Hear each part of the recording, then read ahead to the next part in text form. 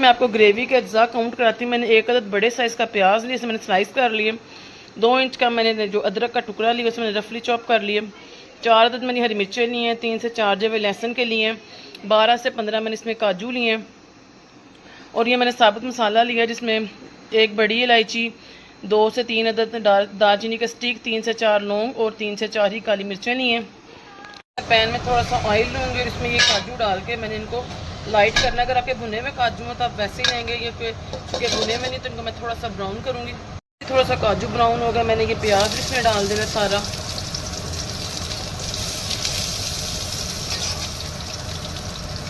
और साथ ही मैं इसमें हरी मिर्चें, अदरक, लहसुन हर चीज़ डाल के इसे थोड़ा सा ब्राउन करूँगी। इसे ज़्यादा ब्राउन नहीं करना क्योंकि हमने वाइट हांडी बनानी है, रेशमी वाइट हांडी। अगर हमने ब्राउन किया तो इसका कलर जो है ना ब्राउन की तरफ चला जाएगा और हांडी जो है ना वो वाइट नहीं रहेगी। बस इस हल्का सा सौते करना है ताकि ये प्याज थोड़े से नरम हो जाए। अब देखें जी ये बिल्कुल क्रिस्टलाइज हो गए।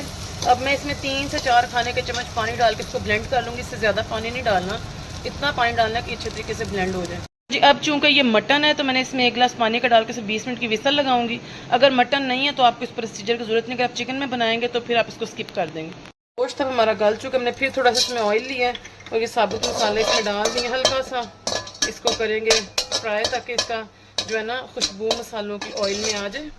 2 से 3 मिनट के बाद ये जो पेस्ट हमने बनाया वो इसमें डाल देंगे, काजू और प्याजों वाला। इसको मिक्स करेंगे।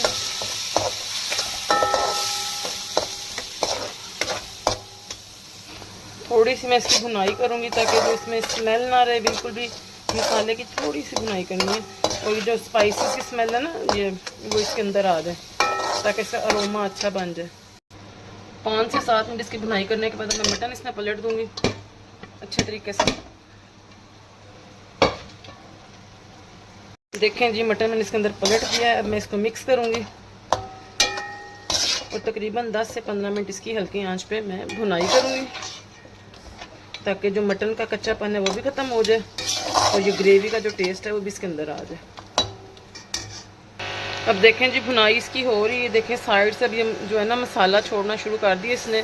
2 से 3 मिनट इसको भूनूंगी, इसको डिश आउट करूँगी।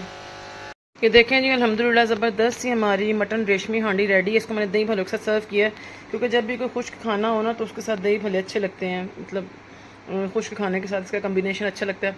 अच्छा आपको ये रेसिपी कैसी लगी, आप इसको ट्राई करें और इसका टेस्ट भी आपने जज करना है कि ये कैसा है कमेंट बॉक्स में। तो ईद के दिन में इसको बनाएं, इसको एंजॉय करें, मुझे ज़रूर बताएं। याद रखिएगा अपनी दुआओं में। इसी के साथ मैं आपसे इजाज़त चाहूँगी। अल्लाह हाफिज़। मिलूँगी नेक्स्ट वीडियो में नेक्स्ट रेसिपी के साथ। आपको पसंद आए तो लाइक शेयर और सब्सक्राइब ज़रूर कीजिएगा। अस्सलामु अलैकुम रहमतुल्लाहि व बरकातुहू।